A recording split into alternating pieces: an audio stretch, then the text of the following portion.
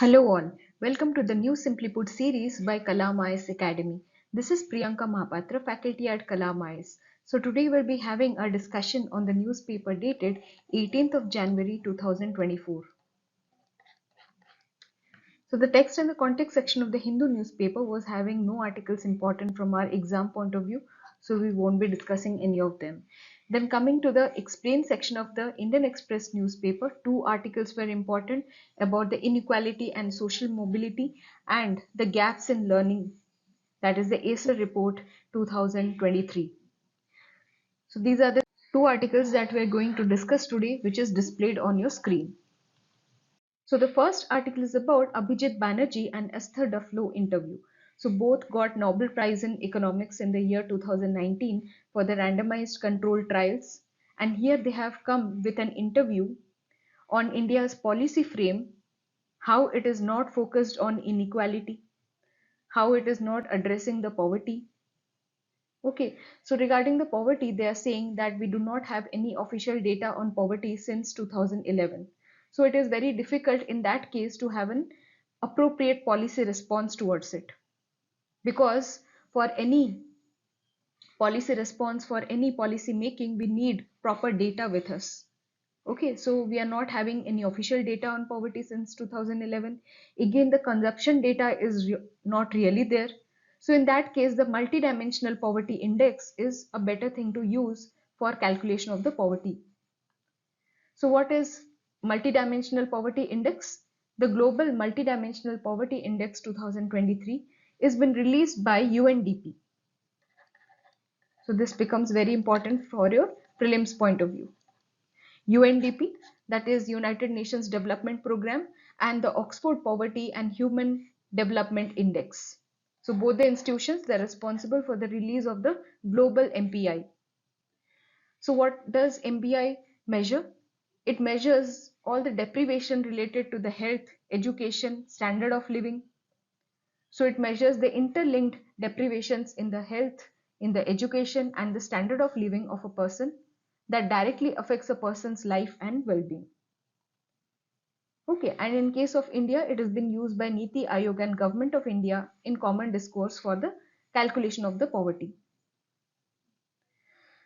So Narega has played an important role in alleviating poverty, which these two people are saying. PDS has also played its bit in alleviating the poverty.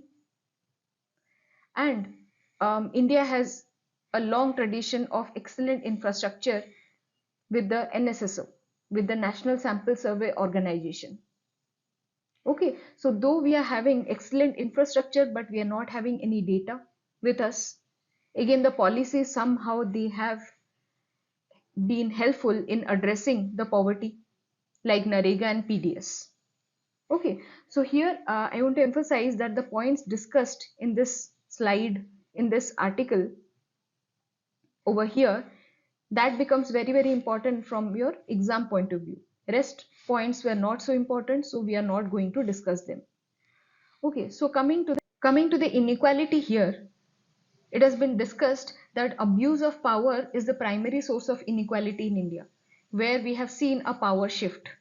Power has been shifted from rural landlords to urban businessmen. Then there are other forms of inequality that has been ignored in case of policy making. For example, take the case of poor children. So poor children have no amenities, they have no place to play, for example, they have no green spaces. In this way, they're facing a grave inequality, and this can have a long-term consequence on their growth, their development, their psychology. So this kind of inequality is often ignored in the policy making. Again, coming to the employability in India. So employability in India is all about expectations. How? First is that when we see our parents' generation there, the education had a lot of returns. It had high returns. One who was getting education was bound to get one job. But that is not the case here, right in this age. But there is an expectation problem because a lot of young people, they see their parents' generation education having high returns, they also expect a similar kind of job whenever they are pursuing that kind of education. Second is the obsession with the government jobs in India. You know that how people are obsessed with the government jobs. For example, UPSC. So this obsession is really counterproductive. It is hurting the employability in India. People do not want to do other jobs. In fact, they spend their first 6-7 years of their productive working age in taking tests, trying to get a job, failing, and then trying to get a job, and again ultimately taking some other job. So instead of working those first 6-7 years, they struggle to get a job. And towards the last, they take some other job which is not of their choice. So here you should understand that how employability in India isn't just a matter of skills. It is a matter of attitudes also. Even if one person is getting a private job, he doesn't want to continue that. He leaves his job and then runs after the government jobs. So it's a matter of attitude in India. And we have created an ecosystem, a setting where these kind of attitudes are extraordinarily distorted. Okay, so these are the issues with the employability in India. I hope this kind of perspective was not there in your answer to date. Okay, so till date, you were not having this perspective. Please do add this kind of perspective to your answer. For example, anything related to unemployment, you can talk about this behavioral issue, about this attitudinal problem in India, about the obsession with the government jobs, which no other article discusses. Okay, because of this interview with these Nobel laureates, we are able to get these points. So these points, these unique points will fetch you more marks. These are very practical points, right? Then we come to the India's children being stunted and wasted. So this is one of the biggest concerns according to NFHS data, where a large proportion of India's children, they are facing stunted and wasted growth. You'll be surprised to know over here that African countries being one of the poorer countries, but there the stunted and the wasted growth of children, they have been improving so much faster than India. So here you can come to conclusion that it is not at all a poverty problem. Had it been a poverty problem, then African countries wouldn't be faring well in case of stunted and the wasted growth of children. Okay, so here there is an attitudinal problem. We are not focused on changing our diet styles. Okay, if someone would come and tell us that this is not the right way you are eating, then we would feel bad.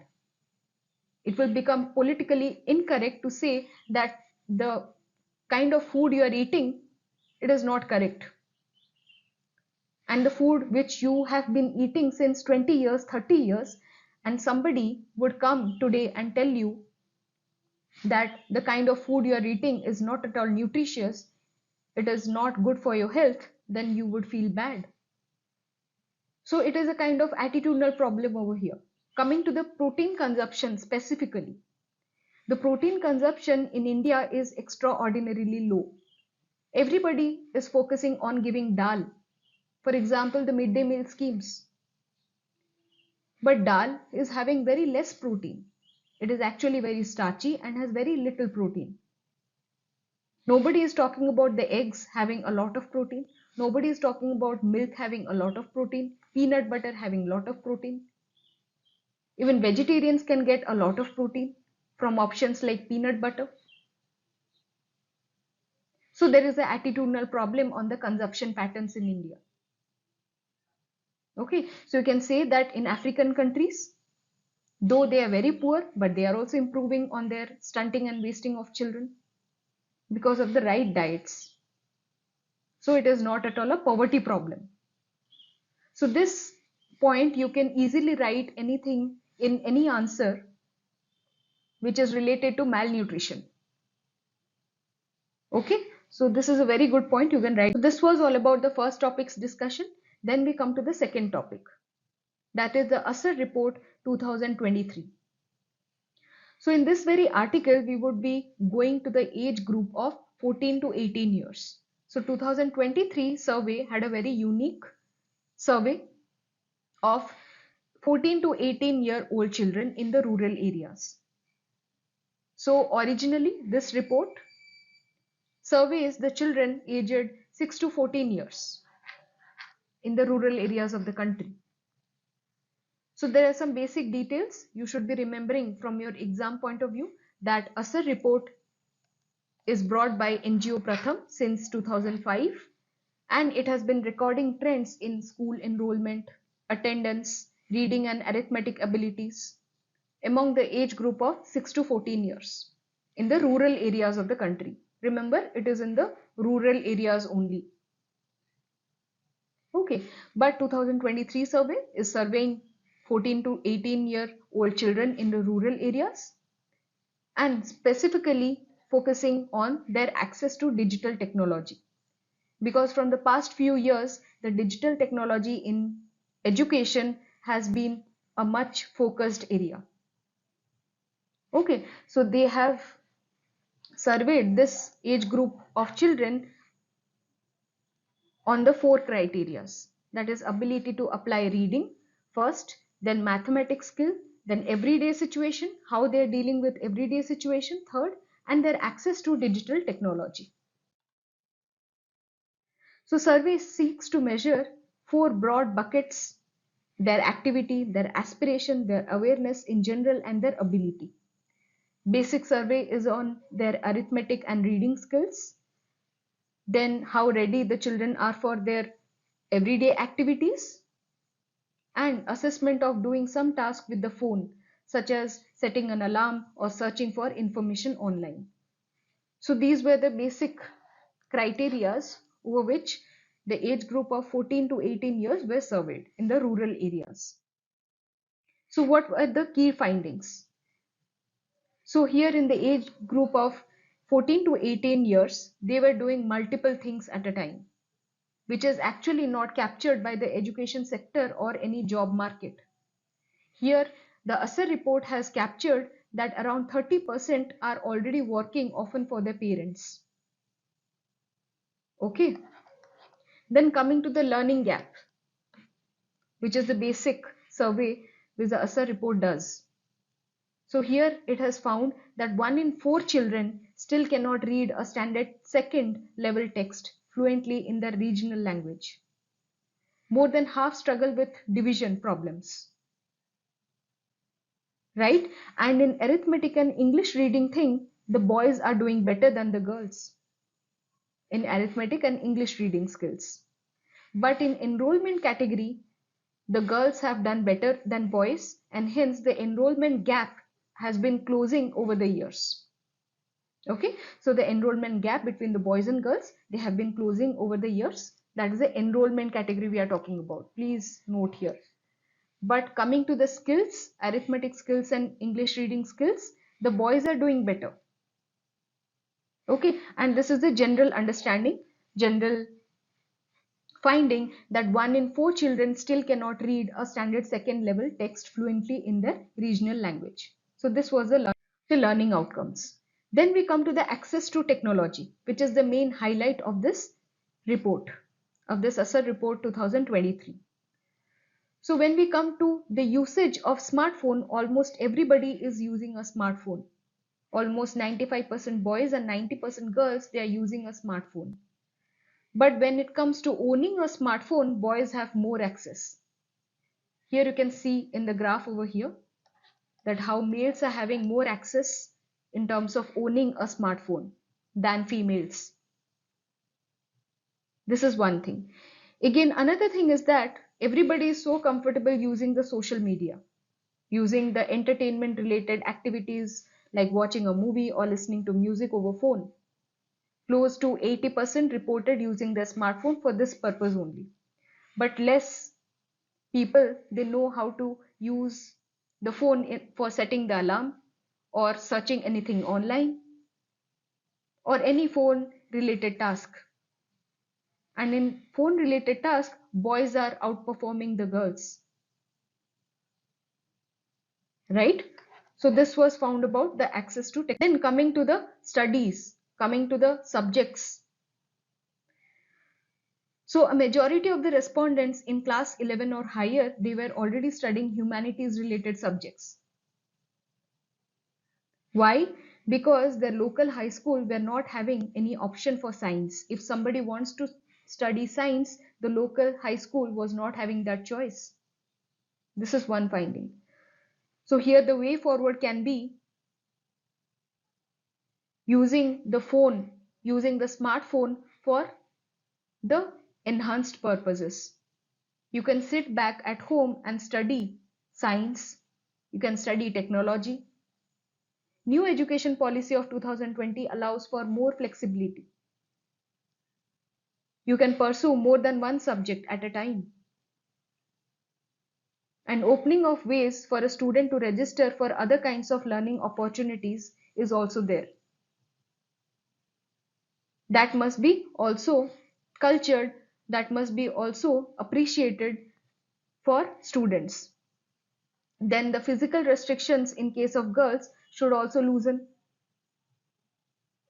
Also in case of boys, when boys are thought to be a helping hand for the family, so those kind of physical restrictions should be also loosened in order to give them access for studies and to the technology and hence the employability. Right?